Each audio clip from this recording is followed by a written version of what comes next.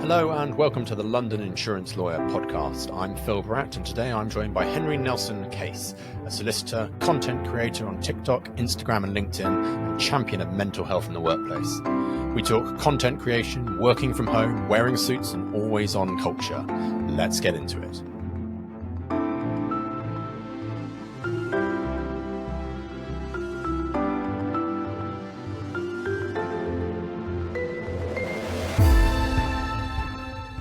Hi, Henry. Hey, Phil. Thanks for having me. Long time no see. So you and I have come a long way since our Saturdays together, trying to make sense of the Companies Act. Yeah, just to clarify, Whilst we were those Saturdays spent together were on the LPC. Well, yeah, I guess they were. Don't want to start any rumours.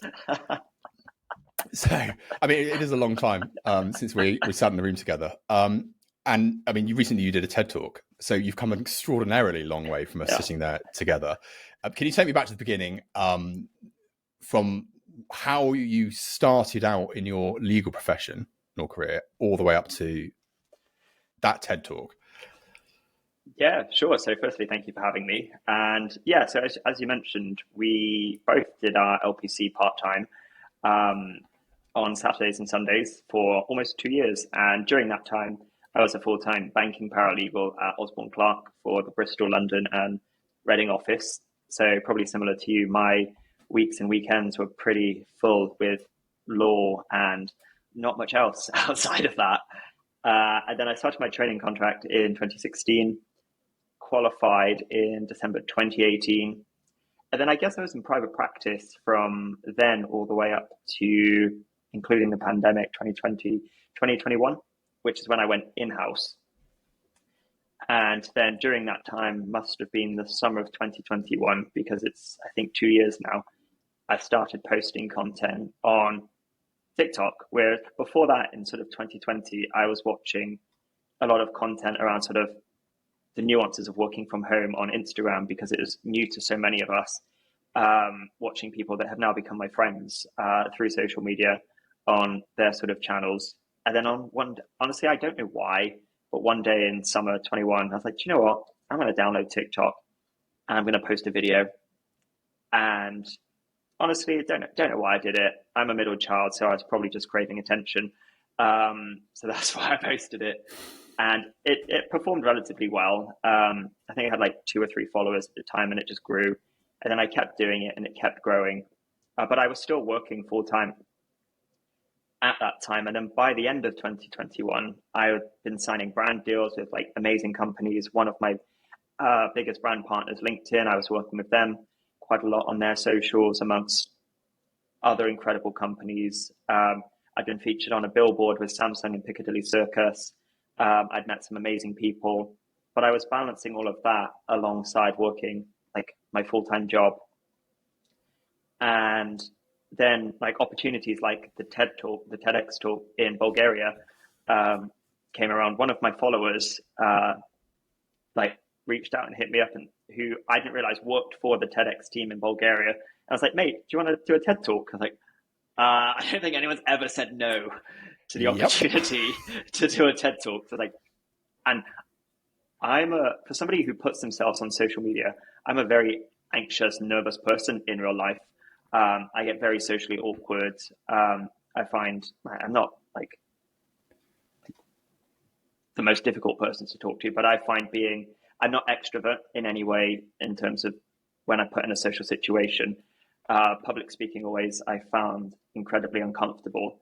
But I said, you know what, I'm going to do this TED Talk because one, I've got something I'm really passionate about talking about, that sort of men's mental health. And two, I think it'll be a really good like character building experiment for me. And if it goes wrong, like it's funny content. That's basically how I like pitched it to myself. But yeah, all of that became like a lot. So, and I'm super grateful for it. And my employer, who I was working with at the time when I was in-house, they knew I did all of this. But I was taking time off through annual leave and the like to kind of focus on like if I had to go away for an event or whatever it was.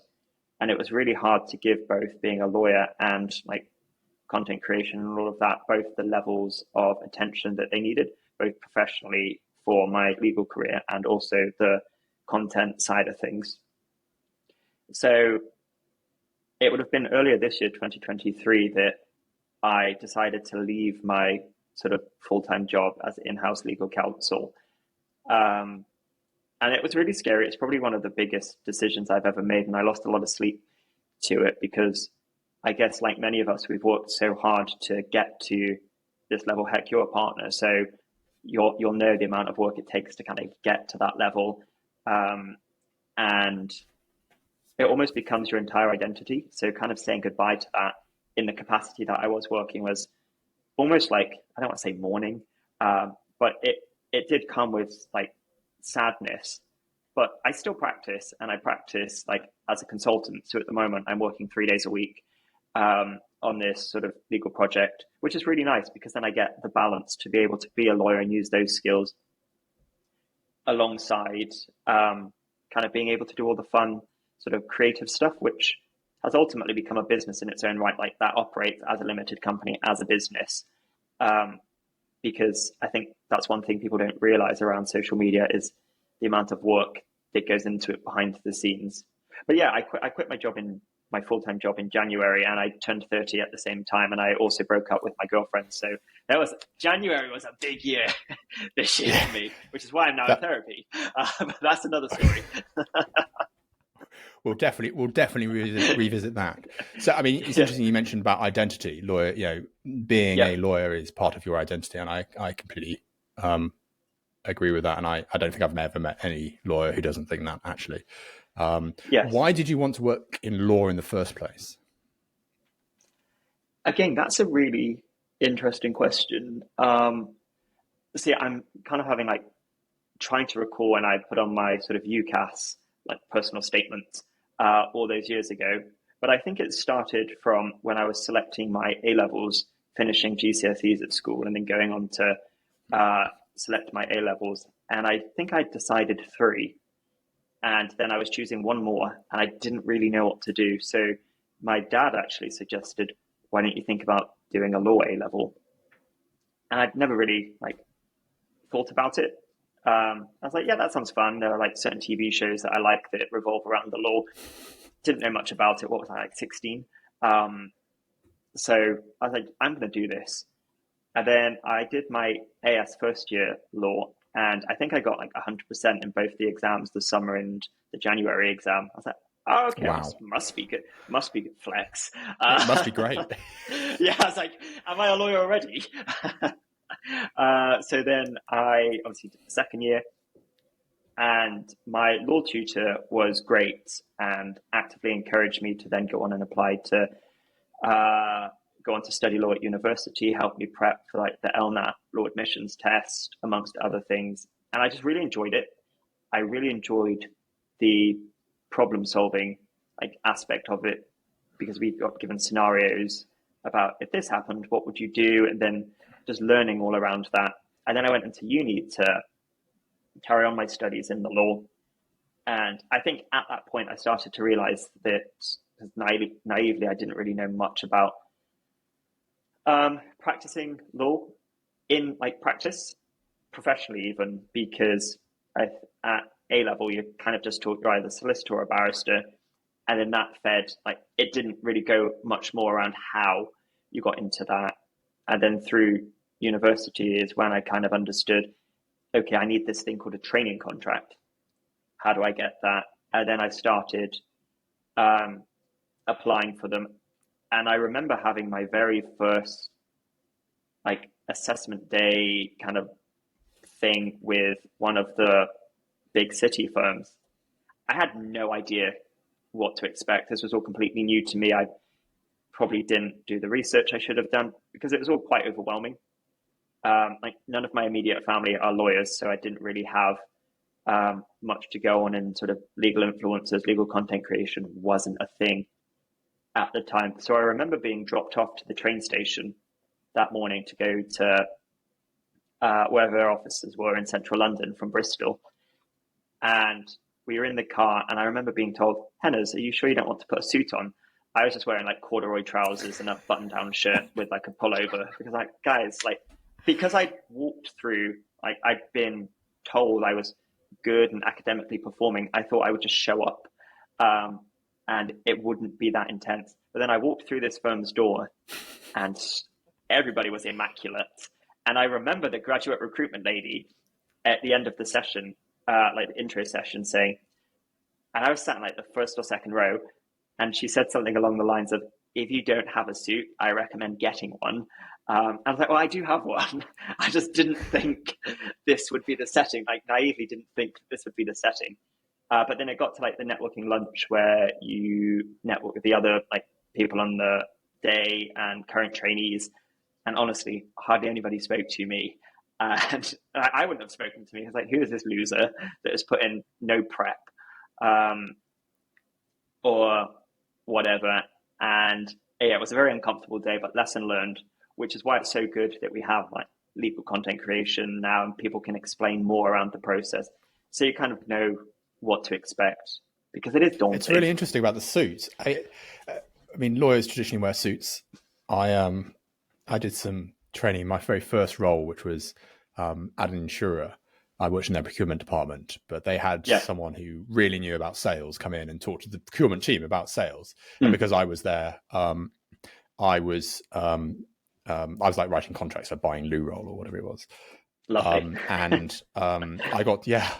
I got to go to the sessions that they put on, and they were talking about the power of presentation. So what you're wearing, as in that, rather than the speaking about doing a presentation, and how it's critically important to know who your client is and how your client perceives it.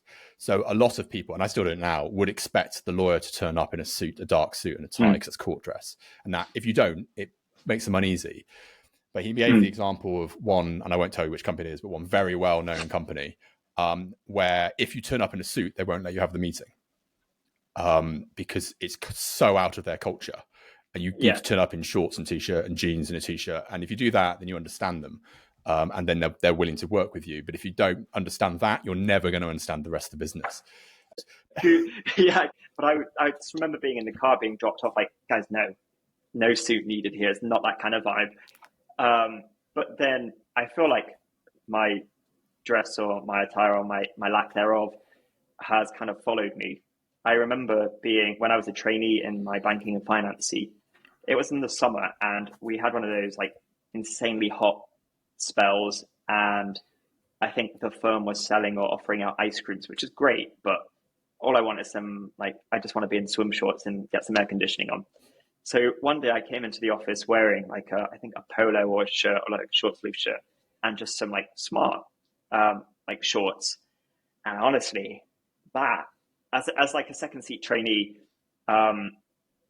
was the talk of the office. Like, who is this kid, and he's got the audacity to wear shorts? And I remember my supervising partner, who was an absolute dude, such a great guy, still is, and he just said like you can't like wear shorts into the office. Like, that's not a done thing. Which again, that was a mindset thing back then. I'm not seeing anybody. Like, it's just you guys. It's fine. It wasn't fine for that organization, which I get. But now, unless you're meeting a corporate client, I'm just sat in a t-shirt wearing a pair of shorts. And if I ever go into the office, I usually go into the office like every other week.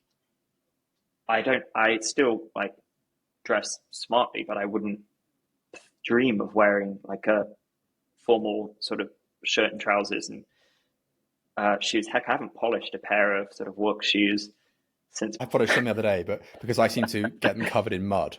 I don't know how. Every time I wear my proper shoes, I get them covered in mud. Yeah, I agree completely with the dress code point. So I tend to. I'm wearing relaxed clothes now. I'm not in the office. I could wear what I'm wearing right now in the office if they let me not wear shoes. But unfortunately, I have to wear shoes if I go to the office, which is fair enough, I guess. It's part of it's reasonable. Work being serious place for the industry that we're in. Whether it actually makes any difference or not is a different question. And I would take the view that if I know my client's going to be in jeans, I'll be in jeans. But because of the training that I had on general business sales years and years ago, and I always remember there was a meeting that I wasn't expecting to go to, and this was a few years ago, and I turned up in what at best could be described as a scrappy t-shirt and jeans and a pair of trainers, because I wasn't expecting to be in the meeting. I was just in the office. And I then got asked to come to this meeting, and everyone else in the meeting from the legal side that were all dressed in suits, and all of the clients were dressed like I was. And so I had a great time because I just you immediately build a record. I'm not a stuffy lawyer. I'm one of them, but I'm one of you as well. And it's interesting how that mattered. It's in the same way that if you write a piece of advice and you have lots of spelling mistakes in it, people think less of the advice. It makes no difference to what the advice actually is, but the presentation of it matters. So just I had this discussion the other day because somebody raised it with me. If, say, for example, you receive, let's just say, a legal draft from your solicitor on the other side, and it came to you, and rather than saying, do not, whatever, do not, and if you saw basically a word that then had an apostrophe in, or like you had the word don't, can't, what would you think less of that person's technical legal abilities, or would you just think, cool, like plain English drafting, we're here for that? So I have two answers. You're not going to like them. One is yes, I'd immediately think less of them. But the second part is then I would immediately think that's stupid and you should underestimate people at your peril. But my initial reaction is I think less of them, which is ridiculous. And what I can't pinpoint is why. Yes, so I used contraction of some sort, and I'd never thought about it until the person who I was working with in the team was like, "Oh, mate, like legally it makes no difference, but if you send this to this specific like firm, client, whatever, they're going to think less of your drafting, particularly because I'm like 3-4 years qualified. You're a junior; it's just easy ammunition for them to cast doubt on the rest of your like legal points or proposed amendments." So I find that interesting, that psychology behind it. I agree completely. And I've got a story where I was in court. I'm going to have to try and phrase this carefully so it was not identifiable about which judge it was, but a judge. Yeah, that's a good way to do it. A judge who I was in front of, I had to email him that morning with something that had happened with an additional document, which he had asked for in advance. Yeah. And he couldn't find it because his technical ability with the computer was, let's say, less than I might have hoped it had been. Mm-hmm. So in the hearing, he wanted to look at this because we referred to it.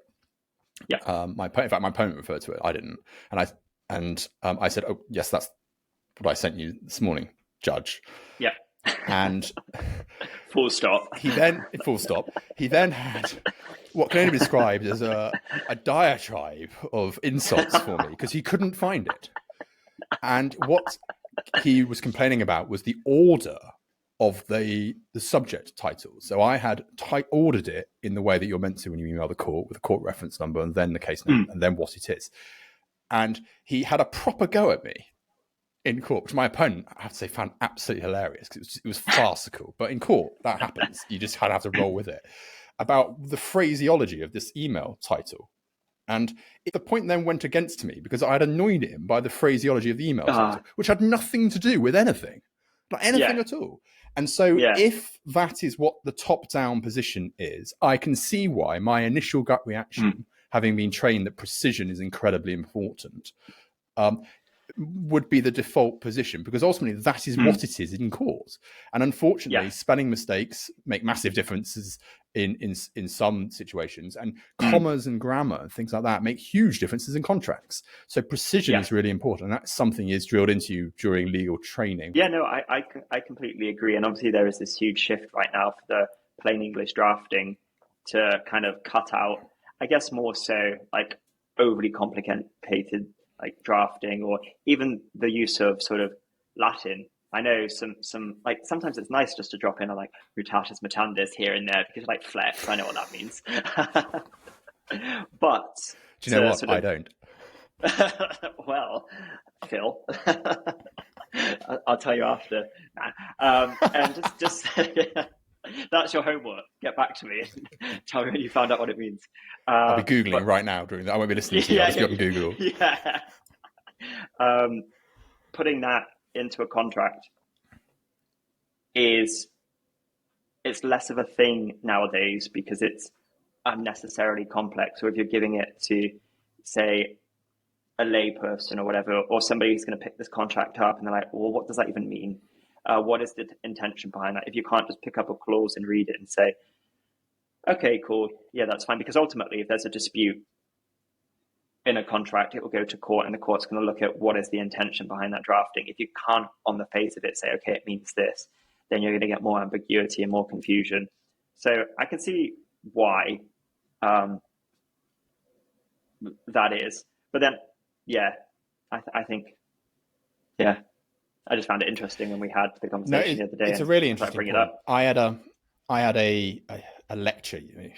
I can't 10 years ago plus, where the person giving the lecture was a diplomat or a retired diplomat, and he spoke every language on earth. Love he was that. American, and he had worked in all sorts of places at various embassies and been at all sorts of networking events. And what he was talking about was globalization. That was the general talk. But as part of that, he was talking about meaning of words and how language is about conveying meaning. Language, that's the purpose of language, to convey what you mean. And that can be done in many ways. And he gave loads of examples on his slide that were terribly funny about the Chinese who had written what they thought was the English of something, but it wasn't. And actually what they'd written was very funny in English. But to the Chinese, what they were doing was conveying what it means, as in the Chinese, which I can't read, I can read the English. And whilst it's not the correct use of those words, I understood completely what it meant. And so his point was, it's as long as you can convey meaning, how you do that is actually irrelevant. It's not the important point. And it ties into what you've just said about contracts, the meaning of the words, and that's why precision is important. But I can read the same words 4 or 5 different ways, depending on how I speak them. That's how language works. And so conveying the correct meaning is the hard job. And hopefully my clients who hear this will agree, I hope, do my very best to turn legal nonsense into English and try and make what could be a complex set of parameters or laws or whatever it is sound as simple as possible, because simple concepts are understandable for everybody. And if you don't understand simple concepts, you're not going to understand complex ones. And generally speaking, as a lawyer, you deal with complex issues. And the reason you need a lawyer is because the issue is complex. So distilling it down to some simple points that are comprehensible is, I think, probably one of the most important jobs of all lawyers, regardless of whether you're a litigator, whether you're in-house, whether you advise, it doesn't really matter. It's about distilling problems into understandable chunks which people can then understand. We've gone off topic there a bit, but I was going to say, it's an issue. I could talk about this for hours. So let's talk about content creation. How did content creation become the major part of your day? Do you know what? It's really funny. We spoke about sort of lawyers and like it becoming your identity. Maybe I'm in some kind of like identity crisis flux, but when I meet people for the first time, depending on who I'm meeting and how I'm meeting in the situation, depends on how I introduce myself, rather than like, hi, I'm Henry the lawyer, or hi, I'm Henry, I'm like a social media, like content creator, public speaker, whatever. So that's quite interesting. Have you ever introduced yourself as hi, I'm Henry, a public speaker? Hi, I'm Henry, I'm kind of a big deal. No, although, so I mentioned earlier that, again, slight tangent, But it's relevant to this point that I broke up with my girlfriend earlier this year, and I recently joined like a dating app because I'm like, you know what, let's see what this is about. And it's really interesting that a lot of the girls, like, as if there's loads, there isn't. Here's a shout out to all women who want to get to know Henry. Please message him. Yeah, slide into the DMs. No, but then you get the, hey, like, I recognize you from Instagram or TikTok and stuff, which to me, it's still baffling that people see what I put out there. And obviously I know that people see it because you get the metrics and it's all of that, but it still feels weird when somebody actively says, like, hi, yeah, I saw you, or hi, my housemate really likes what you do, or, oh, it's so weird to meet you in person. And to me, it's great because obviously means like people are watching the content and I'm super grateful for that, but it still makes me feel somewhat uncomfortable because I'm like, oh, on my like profile, I put I'm a lawyer, because I don't want to be like, hey, I'm that guy. But yeah, anyway, back to your question. That was a slight digression that the point around content creation being a big part of my life. Yes, I would absolutely agree that it is, and it's a lot of what I spend my time doing is around content creation, social media strategy, public speaking events, prepping for that, doing some consultancy work around helping sort of organizations use social media, because it's not, if when we were in the LPC together and you would have said to me, mate, in a few years' time, do you know what you're going to be doing? You're going to be doing like public speaking, TED Talks, and making videos on the internet. I said to Phil, mate, like, are you hungover or something? Like, what's going on? Like, that's not going to happen. I wouldn't have ever expected my career to go down the way that it has. And it's been so nice, and it almost makes you feel like just because you're doing one thing doesn't mean you always have to do that one thing. You can, like, I thought that I would always be a lawyer. I didn't think I necessarily wanted to be a partner. I learned that quite early on. But I would have been so content just being like a full-time lawyer, and I would have just carried on doing that because it is such a respectable profession. I've met so many amazing people through doing that. And I've also had the opportunity to do some amazing work. But I think because of the experiences I had through my time, primarily private practice, it was quite isolating in sort of some of the stuff that I experienced. So then having this new kind of route and almost creative outlet has been such a nice way to create and be part of a community that are actively trying to make positive changes. And also it's hard work. And if you would have asked me outside of being a content creator, oh, like, it's easy, all they do is like dance and post a video and whatever, until you're actually kind of in that space, you don't actually realize how much effort goes into that. And you'll probably find the same with the podcast. Is you just listen to a podcast and like, that's sick, that's easy, until you start doing it and you're involved. You're like, whoa, wow, that's a lot. Is being a content creator more challenging than being a solicitor? I think they are different challenges. There are a lot of useful skills, and what I love seeing at the moment is almost the rise of a lot of the legal press have spoken about this, like legal influencers, legal content creators. Whether that's a good thing, whether that's a bad thing. Some publications say good, some say bad. I'm massive advocate for it. A lot of firms want juniors, trainees, potential trainees to be commercially aware. If you take my content creation, creating content, it's being monetized in a way that you've got brands reaching out to you, you're negotiating contracts, you're amending contracts, you're advocating for yourself and your position through doing that. You are basically running a business. I don't think you can get much more commercially aware than actually being in a business, running a business, negotiating contracts. And if you've got a junior who is comfortable enough in doing that, then you can be sure that with the right training and the right support in the right departments, that they will be able to do that for your firm's clients because they have that commercial awareness over and above just reading about fracking in the FT or something, or the latest like interest rates. Actually living commercial awareness is an amazing skill to have. But then in terms of sort of soft skills, I guess being able to talk to clients and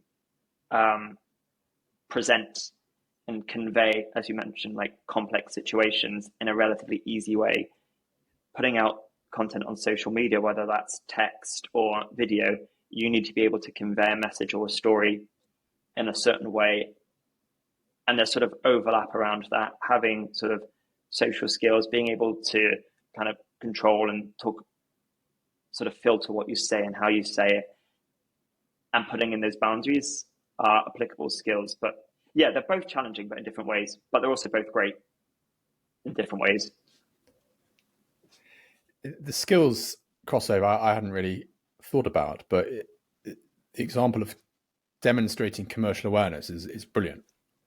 It perfectly sums up what one of the benefits may be if you run a successful content creation platform, and the difference between actually doing something and reading about it. And that's always one of the problems for early applications for people who either at university, before university, when they want certainly a job on the solicitor side of it rather than at the bar necessarily.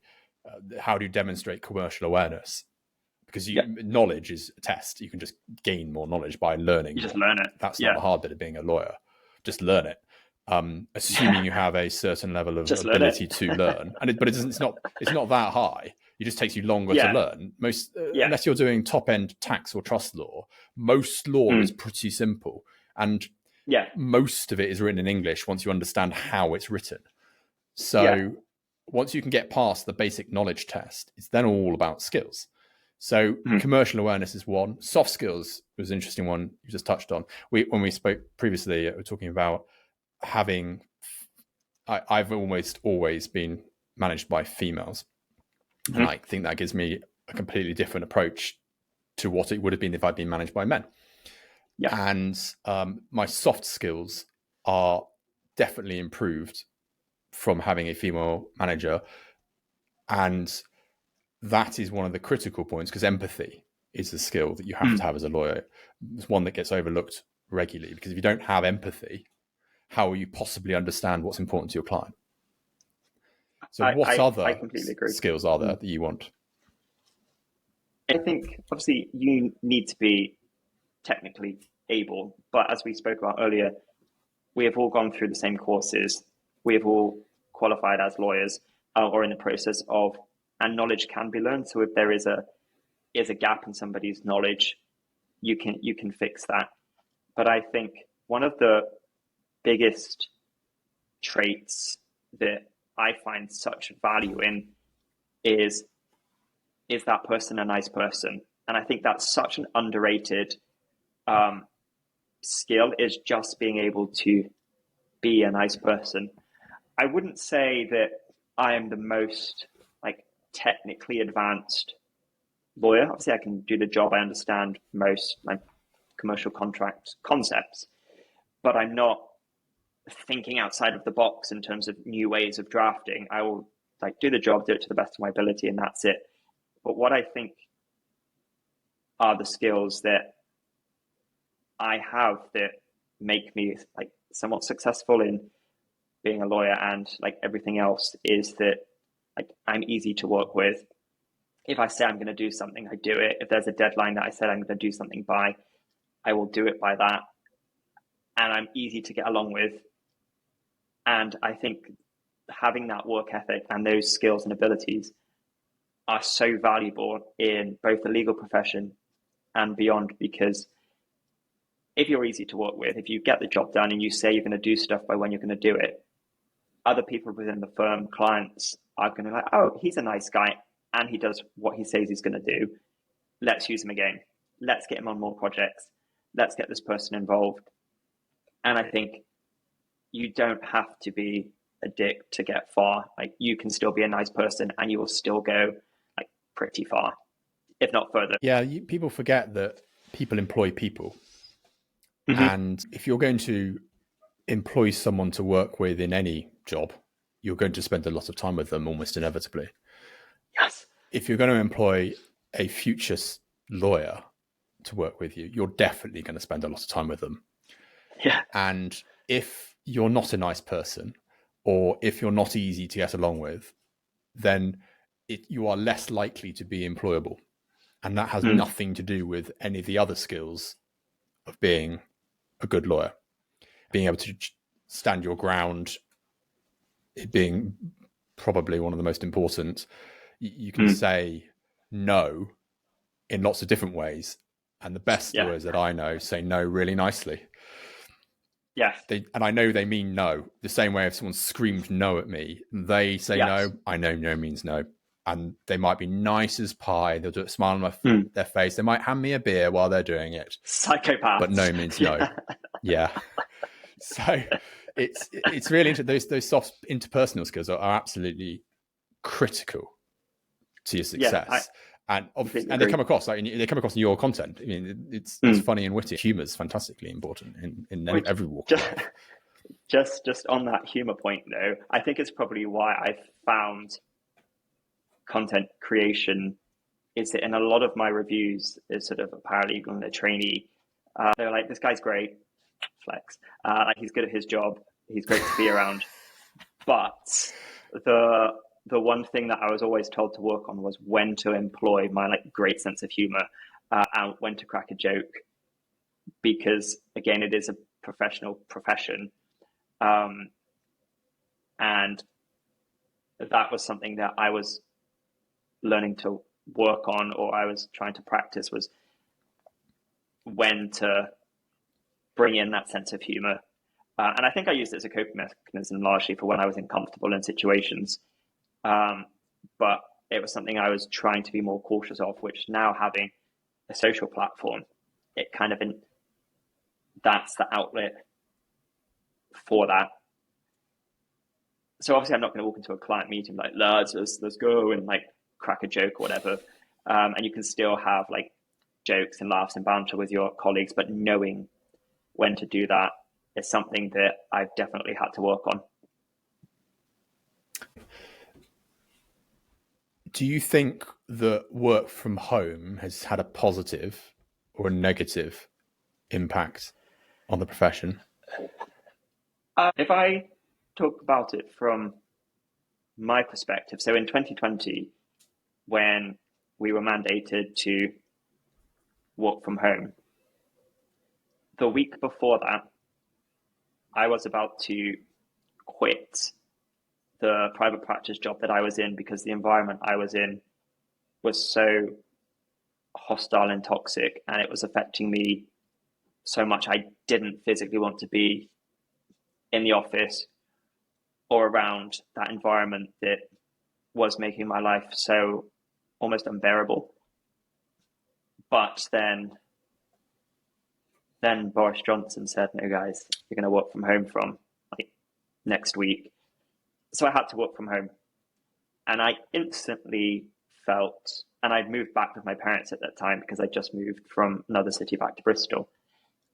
And working from home was great because it kept me out of that environment that was so hostile and uncomfortable. It was almost like a safe haven where I could just breathe and do my work. And if I felt uncomfortable, it was just a phone call or a video call. And I could just slam the laptop down after and be like, Mum, Dad, did you hear that? What a twat. Or if something went well, I was almost sheltered from that toxic environment. So I liked working from home a lot. Now that I work at an organization that I have a really supportive team and they're great, I will go into the office to see them. And I think being in the office does have its benefits because you get to physically be around people. Because working from home all the time, whilst it's great because you don't have to commute, you get the flexibility to go to the gym, do whatever it is you do during the day. to have that work-life balance. For a lot of people, they can be working by themselves because their partner's in another room, or they're in the office, or their children are at school, whatever it may be. So you're not physically around people, so you can get sort of quite lonely and demotivated. But for a lot of people, there are pros and cons both ways. And I think a hybrid approach, a flexible approach, should be adopted by employers, because one set way of you will come in every Monday, Wednesday, and Friday doesn't work for everybody. So as long as employers and employees are having open and meaningful conversations, if there's a meeting, of course that person's going to be physically present for that meeting if that meeting requires that. But I don't think we should be having really rigid structures when and where people should be working. Do you think that people who work from home will suffer in the long term compared to people who don't, as in their career? It's hard to say, because again, it depends on how much your employer trusts its employees. But I don't think it's fair to say that somebody working from home is any less capable than somebody working from the office. So what if they don't want to go to after work drinks? So what if they don't want to go to the team lunch? Like for some people, they just go to work to do the job. Don't want to, can't go to the afternoon drink. They can't physically do it, or they don't, for whatever reason. I don't think that should be to their professional detriment, because they're still doing the same job. They just choose to be somewhere else for whatever reason that may be. How do you think you develop like the soft skills we've been talking about then, if you are working remotely more than in the office? So when I interviewed for the current position that I have, one of the questions that they asked was, how will you, because the team that I work for are based in a different city, how will you embed yourself within this team? Like, how will you be part of this team if you're not physically present all the time? And I think it's just about making proactive steps to engage with your team, to obviously join the team meetings, to utilize the tools that your firm has in terms of Teams, Slack, and engaging in those conversations.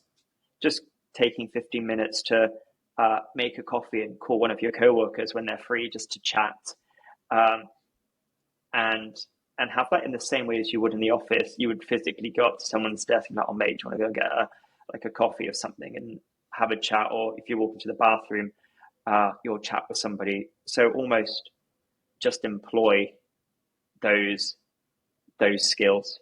But again, not everybody wants to be super social in their work environment, and they will develop those skills outside of that organization through other social events that they do, like gym classes or other sort of extracurricular classes that they do. Let's change topic slightly. Let's talk about what I'm going to loosely call always on culture. Yes. I'm assuming you understand what I mean, in the sense of people always being connected, always being on their phones, never getting to switch off, never taking a rest. Downtime being sitting down with your phone, never turning it off. How do you think that affects people's careers? That's interesting, because when I was doing sort of full-time being a lawyer and also doing social media and content creation and events, I would work my normal lawyer hours Monday to Friday. And then as soon as I would log off, right, it's content creation time, it's time to negotiate this brand contract. I need to get a train to this event to be there for X time. And then I do that on the weekends as well. So I was manning 2 full-time jobs. And that had such a negative impact on my life. Whilst the social media stuff didn't seem like a job, and I've only ever done it for fun, is it consumed so much of my time. I was either on my work computer, or I was on my personal computer doing work, or on my phone. And I think it got to a point where I did burnouts because I was always on, and it was draining. And I probably wasn't the best person to be around. I'll openly admit that I was not in a great way. But where we've just got if we just then take the legal profession, we've got this culture of making sure that your team status is constantly green. Or because you're working from home, it means you're readily available because you've got your laptop there. And I think for a time, particularly in COVID, when we didn't really have much else to do anyway, people would always be on or available because all we really could do was work or go on a 1 hour daily walk or just queue up at a supermarket. But I think we're getting more and more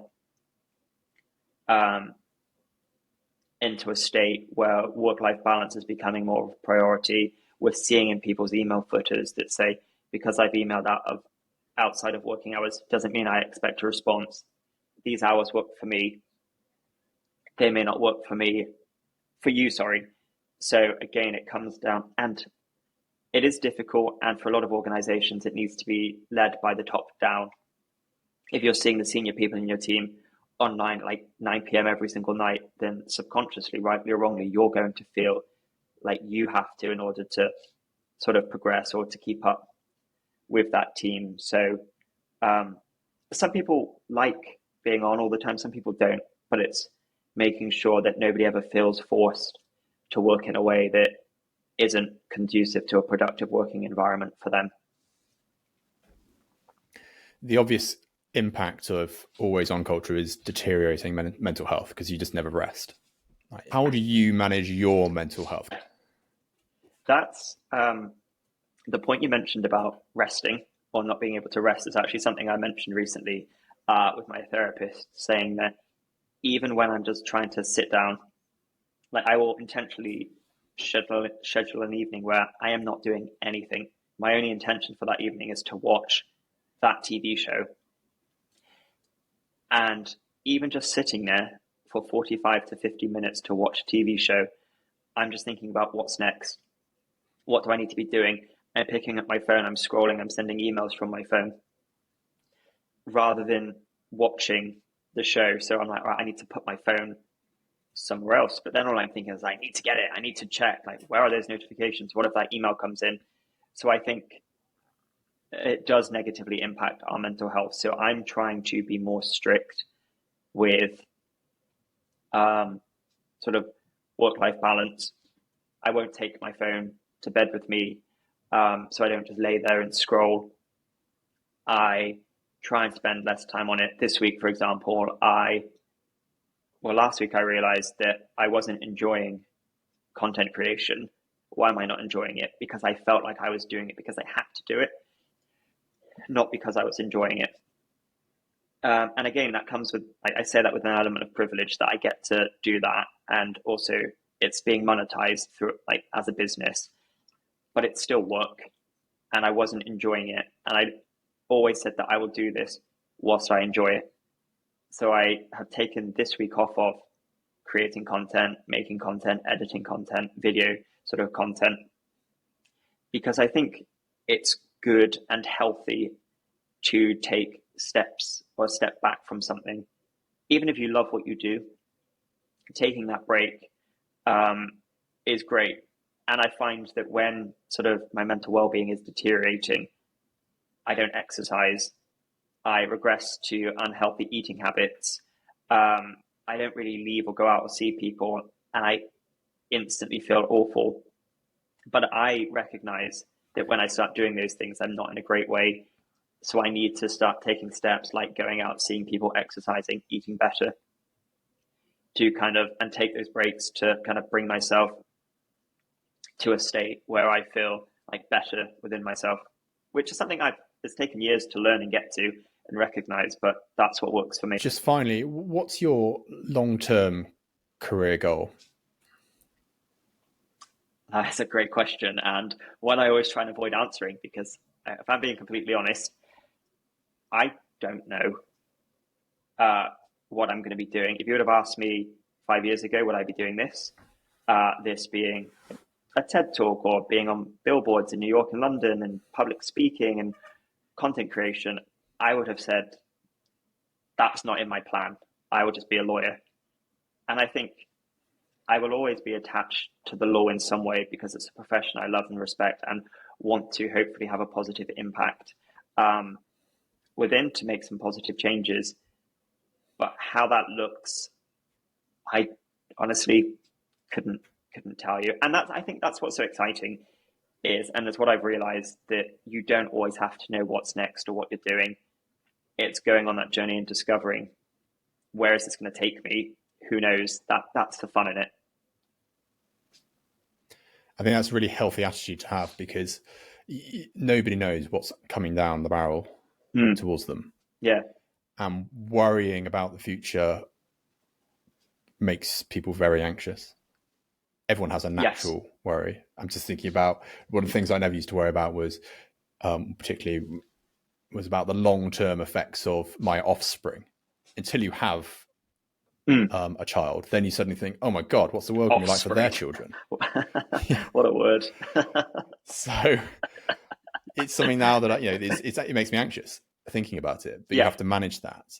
And obviously that's something I have almost no control over. But your career, you have a bit more control over. But being able to take a step back and say, okay, there'll be some twists and some turns, and they're okay, and I'll roll with them. And you've gone such a long way since we've met. Like nobody would have predicted that we'd be doing a podcast right now, let alone you doing a TED talk, let alone you being on billboards in America. That's absolutely bonkers. And it just shows how you kind of have to roll with it. And out of some really tough times that you've described, you can have some incredible opportunities.